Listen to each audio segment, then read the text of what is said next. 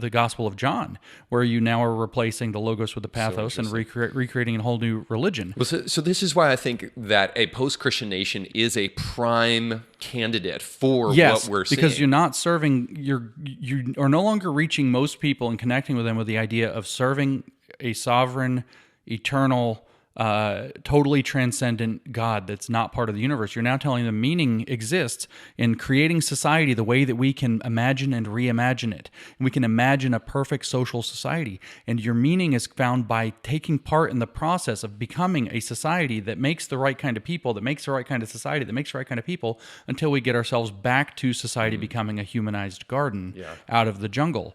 And so the meaning becomes in the tap into your pathos, which is very seductive, and then recreate the world in your own image, holding yourself up. In fact, in the same essay, which is Marx's critique of Hegel's philosophy of the right, in the introduction, in the exact same, on the exact same page, depending on how the pages are written, where he famously says that religion is the sigh of an oppressed people. It is the opium of the masses, right? Everybody's heard that. It's something, it's a palliative that people give themselves so that they won't seize upon their suffering, their pathos, and then turn it into revolutionary action. He says, like 3 paragraphs down or 2 paragraphs down from that religion is the false sun that man puts in orbit around himself until he realizes that he is his own true sun at the center of his own being.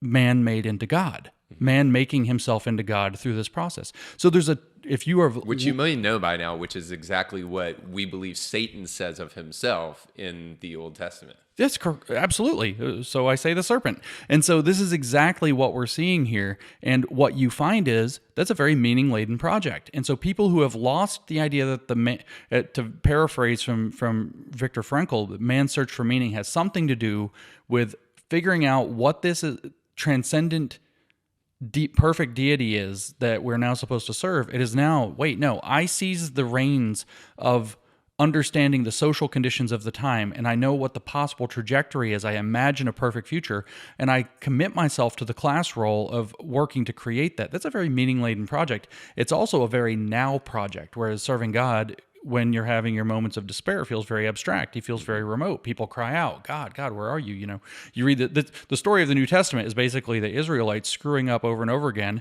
and then somebody finally crying out, God, where are you? And God's like, look, do this thing, and we'll get you back on and that's a prophet. And then everything kind of comes back on, and then they screw up again, and they get it wrong again, and right again, wrong again. Do you feel comfortable being called a prophet?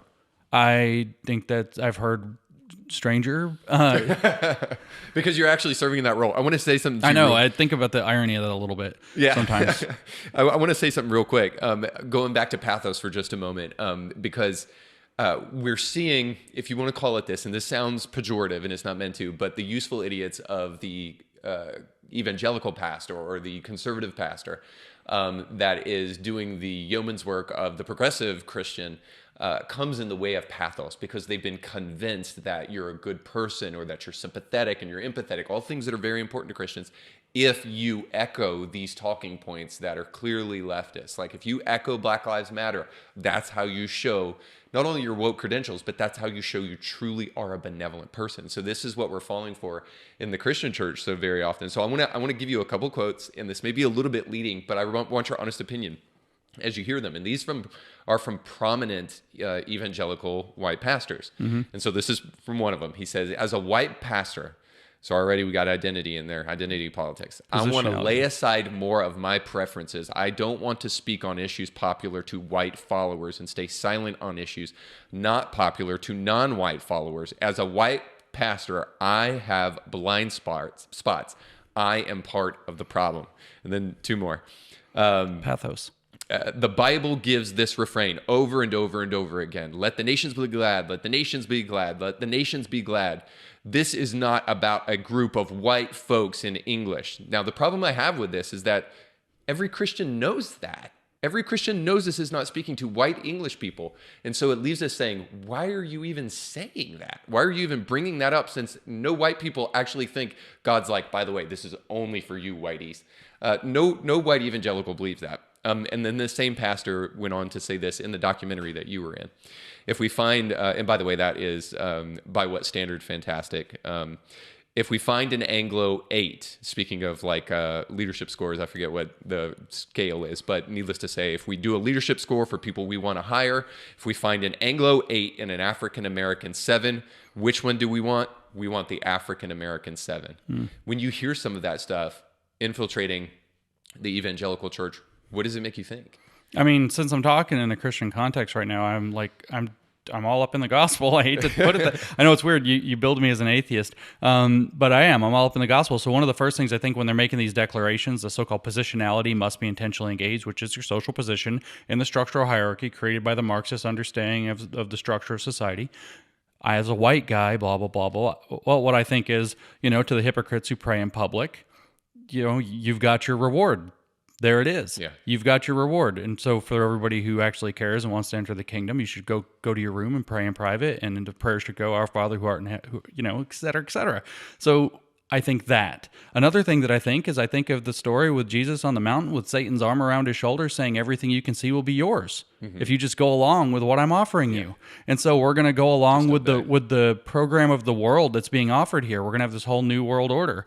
And, if you participate, you're going to be thought well of in it. And if you don't participate, well, too bad. But these pastors are saying, deal. But that's not what Jesus did. He rebuked Satan and said, that he has something better and get out. Yeah. Like you don't even know what you're talking about. So I think of these kinds of stories. Man does not live on bread alone, but on every word that proceeds out of the mouth of God. So you're following a different logos. Well, you're following a pathos is what you're following. Yeah. You're tapping it, but you're also following the idea. The pathos is the madness of crowds, as Douglas Murray named it. Mm-hmm. You're following what seems like is the right thing to do, is according to some temporary standard of society, in fact, a manufactured standard of society. You read Herbert Marcuse and he says we're going to create a new sensibility and a new morality. And we're going to introject these new values into people until they need them, until they become vital needs, by changing man at the very biological level, the level of his basic needs, so that he can't live without socialism. That's the essay on liberation. Mm-hmm. And so what you're doing is they're playing along with that program. And whether somebody's come and put their arm around the shoulder and offered them everything you can see will be yours in the new world, I don't know, but this is a Faustian bargain that they've made, and they have been sucked in through their pathos. They're talking about you have to care, you have to feel, you have to this. Think about how these people would feel if you didn't. How would people, my colleague, Helen Pluckrose, when she wrote one of her papers for her master's thesis, a lot of people don't know this, or for her master's degree, she wrote this explanation of Othello, Shakespeare's Othello. Mm-hmm. And so there's a relationship there between Othello and Desdemona. But it turns out her argument, which is historically grounded, is that it was not a scandal because it was a cross-racial relationship. The idea that a brown person or a dark or an African person and a European person would be, he was a Moor, that's right. And that's relevant. That's not scandalous, that relationship. The scandal was that it was a Christian and a Moor, a Muslim. And so it was the cross-religious. And so she wrote this, and her advisor said, her professor said, well, this is historically correct, but how would an African-American in the United States feel to read this? The denial of their racism.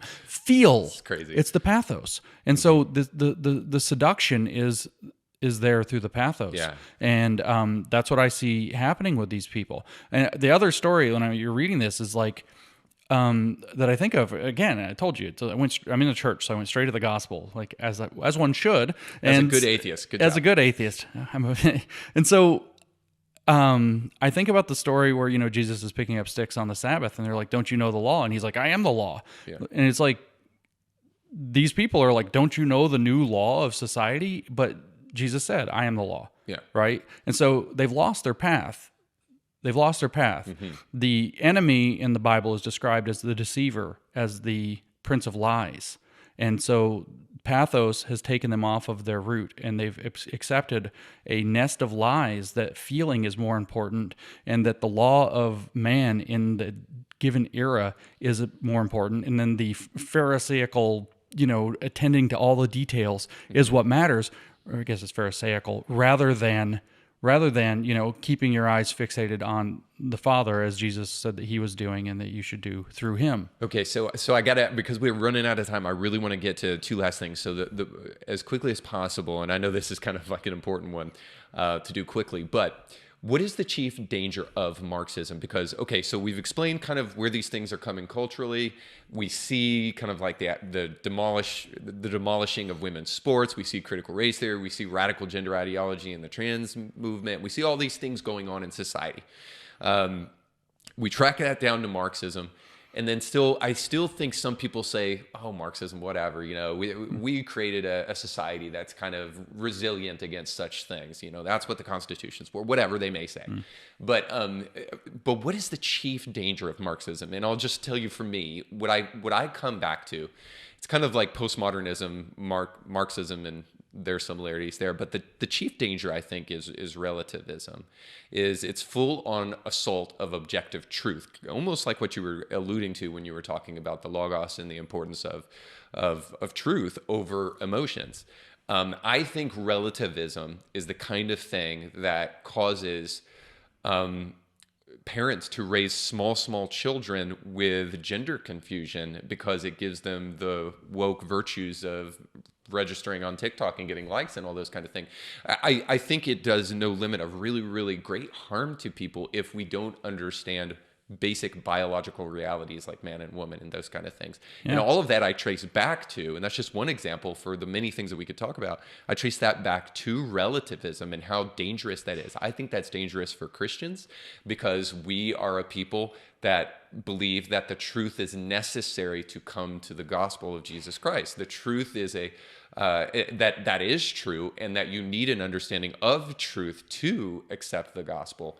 You shall know the truth, and the truth will make you free. So you can't have a warped understanding of reality and have a clear pathway to the gospel. You need to know truth. Relativism is a full-on assault of that. But I think that goes broader too, just to society at large. When we start alienating objective truth as a category that doesn't even exist, like the postmodernists would, I think we see the kind of unfolding of what's going on in our society, and it becomes dangerous for each and every one of us. So what would you say is the chief danger, if we can kind of like whittle it down to one thing, to a fine point of say, this is why Marxism must be withstood? I mean, what you said is a means to an end, and that end is the complete totalitarian system that serves a very small number of people and enslaves the rest of the planet. So the truth sets us free, or you can say like Jesus is the way, the truth, and the life. And why is that? Because the truth is ever the enemy of all tyranny. Arbitrary, shifting, relative power is tyranny. It's where tyranny flows from. And so the point of the relativism is actually just to create shifting sand where whoever's in power can tell you what you have to believe this week, and if they want to change it next week. So relativism is a means to an end that takes you away. When Jesus comes and says that, the truth is I am the truth and the way, right? So those things are the same thing. What they're saying is that's where freedom comes from. That's because it is the opposite of arbitrary power. It is grounded power. Yeah. Power rooted in actual truth is grounded. So what the chief risk is then is relativism is just a pathway to losing your society and having a global slave society with a very small number of people. And if you want a preview of what it looks like, I could say go read 1984 or something dramatic, but no, just look at China. And so then we look, for example, in China at the Uyghur population, some however many 3 million or thereabouts Muslims that are, Eastern Chinese, and that they have been now put into prison camps. They're literally in concentration camps. They're literally having their organs harvested for what? Having a religion outside of the Marxist faith that the CCP mandates. And so that could just as easily be Christianity that's not playing the progressive game. Yeah. So the conservative Christians end up having their organs harvested for whatever, or what it could easily go to that, and it can go there very, very quickly. So the relativism, your intuition is correct.